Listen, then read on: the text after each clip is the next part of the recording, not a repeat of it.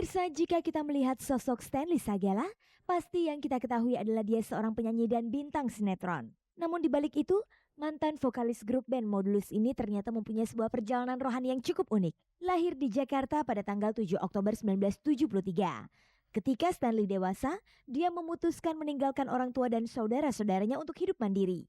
Saat itulah putra dari pasangan SM Sagala dan Irma Sagala ini menentukan.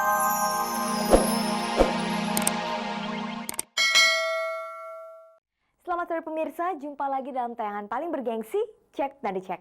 Inilah tayangan infotainment yang akan mengajak Anda melihat sisi menarik kehidupan selebriti di tanah air. Selama bulan suci Ramadan ini, tayangan Cek dan Dicek setiap edisi Selasa menggelar kuis Oke Cinta Ramadan bekerja sama dengan Daktarin. Pertanyaan kuis untuk edisi kali ini dapat Anda saksikan nanti di layar televisi Anda. Nah pemirsa, tetaplah bersama saya Fani Rahmasari selama 30 menit ke depan, tentunya untuk menyaksikan berbagai informasi selebriti dalam sajian khas Cek dan Dicek. Sekarang kita simak ulasan informasinya. Sejumlah artis yang memiliki mobilitas tinggi ternyata harus berbuka puasa di luar rumah. Bagaimana perasaan mereka terhadap hal itu? Mantan vokalis Modulus band Stanley Sagala mengaku menjadi seorang muslim merupakan pilihan dari hatinya sendiri. Simak penuturan Stanley tentang proses dirinya menjadi mualaf. Pasangan presenter Salam Mesra RCTI Taufik Safalas dan Elma Tiana ternyata harus menginap di sebuah hotel yang dijadikan tempat untuk syuting acara itu selama sebulan penuh. Bagaimana perasaan mereka selama bulan puasa kali ini tidak tinggal di rumah?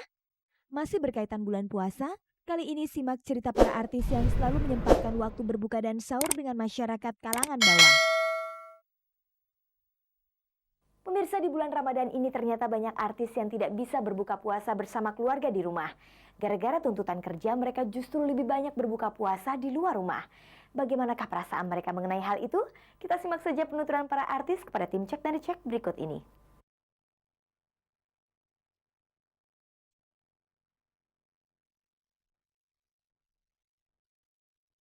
Pemirsa, masih berkaitan dengan bulan suci Ramadan 1423 Hijriah.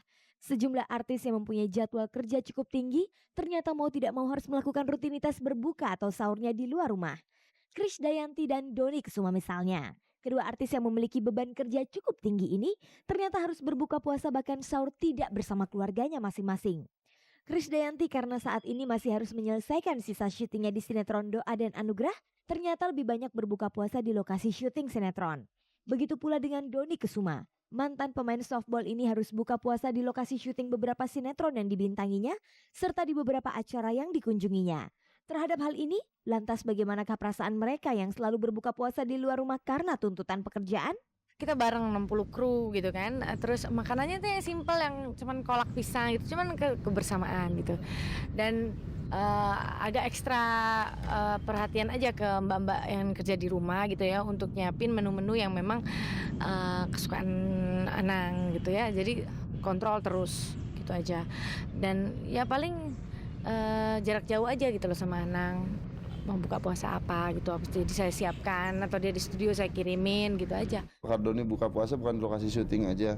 Nah itu ada acara-acara opus yang lain yang sepertinya CR opus. Terus waktu itu ada beberapa orang juga dari beberapa fakultas ngundang untuk opus. Terus jadi ada dari masjid juga ngundang opus. Alhamdulillah Doni selama ini masih bisa ngikutin ya. Bukanya di tempat mereka. Buka puasa di lokasi syuting atau di tempat-tempat lain sudah barang tentu berbeda dengan di rumah. Seperti apa Krisdayanti dan Dony merasakan perbedaan itu? Kalau di rumah kacau, makan terus jadinya. Kan kalau misalnya di lokasi ya, buka puasa jam 6, setengah 7 ya udah siap-siap gitu kan. Jam 7 udah take lagi. Kalau di rumah kan enggak. Dan terus gitu kan. Karena semuanya disiapin di meja gitu, dan kita nggak ada pengecualian di diri kita untuk berhenti gitu loh. Kalau di rumah ya enak, buka puasanya sama nama Yuni, sama si Idul juga udah mulai ngerecokin ya bukanya. Kalau di luar kita Doni kenikmatannya gini, Doni bisa mensyukuri banget bahwa Doni masih bisa makan, masih bisa menikmati sesuatu yang enak gitu ya. Mengingat menu berbuka puasa di lokasi syuting tidak seperti menu berbuka puasa di rumah, apakah Krisdayanti maupun Dony kesulitan mendapatkan menu favorit untuk berbuka di lokasi syuting? Nggak makan, jadi cuman yang penting ada yang manis-manis itu aja gitu. Paling tahu goreng. Sahur juga cuman sayur kan nggak makan. Tapi yang penting pokoknya suplemen sama kayak kalsium gitu jangan jangan jangan ketinggalan pas sahur. Sama susu paling. Selama ini Yuni kalau emang Doni lagi syuting gini, kalau Doni buka di lokasi, biasanya dia bawain bekal gitu, bawain bekal nanti bukanya apa, karena di lokasi kadang-kadang makanannya nggak cocok. Nah Doni bisa milih bilang sama Yuni, Yun, aku besok mau bukanya gini gini gini, pagi sama dia dimasakin, bawa bekal ke lokasi syuting, di lokasi syuting bukanya pakai bekal dia. Lalu bagaimana kebiasaan yang mereka lakukan menjelang dan setelah buka puasa di lokasi syuting? Jam 5 pasti kita udah break ya. Jam 5 kita udah pasti nonton tayangan kan. Udah. Terus nungguin itu kan kayak kultum gitu-gitu kan. Terus ya itu begitu wah rame gitu kan. Coba kalau misalkan ya karena berkumpulnya energi 60 orang gitu ya. Energi mereka untuk bikin buka puasa dan meraih kemenangan dalam satu hari itu gitu. Terus kita rayain sama-sama ya, seneng aja. Kalau pas lagi berjalan, toto itu ada TV kan gitu, di TV-nya ada azan, kita berhenti break. Tapi kalau sepertinya dari satu scene mau pindah ke scene lain itu ada waktu sekitar cuman 10 menit, itu kita langsung break dulu. Di break dulu, nah udah gitu lanjutinnya nanti abis udah beres semua.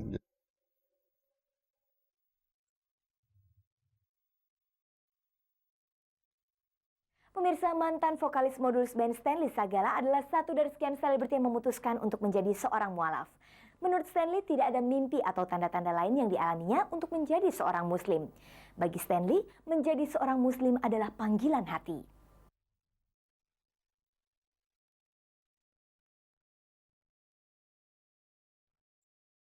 Pemirsa, jika kita melihat sosok Stanley Sagala, pasti yang kita ketahui adalah dia seorang penyanyi dan bintang sinetron. Namun di balik itu, mantan vokalis grup band Modulus ini ternyata mempunyai sebuah perjalanan rohani yang cukup unik. Lahir di Jakarta pada tanggal 7 Oktober 1973. Ketika Stanley dewasa, dia memutuskan meninggalkan orang tua dan saudara-saudaranya untuk hidup mandiri. Saat itulah putra dari pasangan SM Sagala dan Irma Sagala ini menentukan jalan hidupnya sendiri. Termasuk ketika ia memilih agama Islam sebagai agama yang dianutnya pada pertengahan Juli 1998 lalu. Saya tertarik Islam itu sekitar tahun 96 ya. Dimana waktu itu saya sempat berkenalan dengan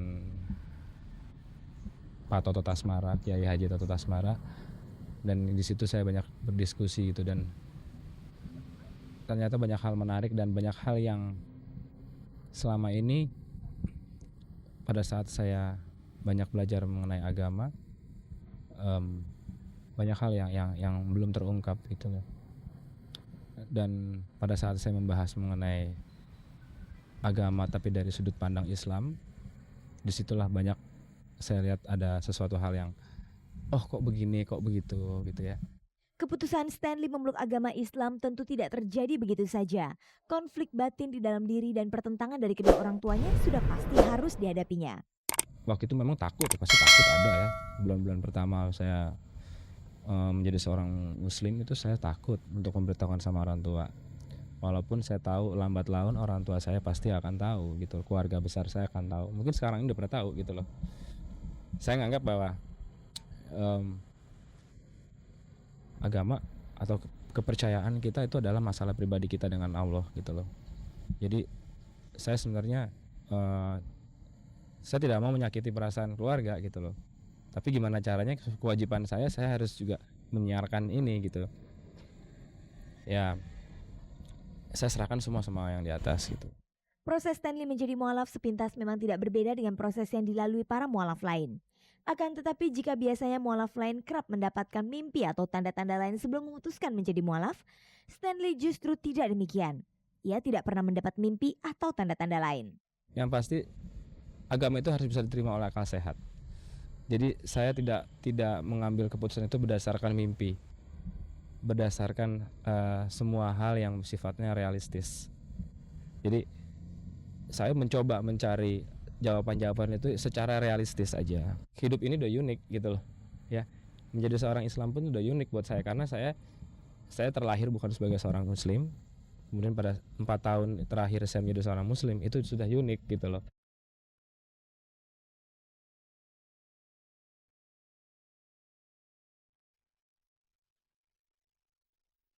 Pemirsa, selama memandu acara Salam Mesra di RCTI, dua presenter program spesial Ramadan itu, Taufik Safalas dan Elma Tiana, ternyata mendapat fasilitas penginapan selama sebulan penuh di sebuah hotel yang dijadikan sebagai lokasi syuting acara itu.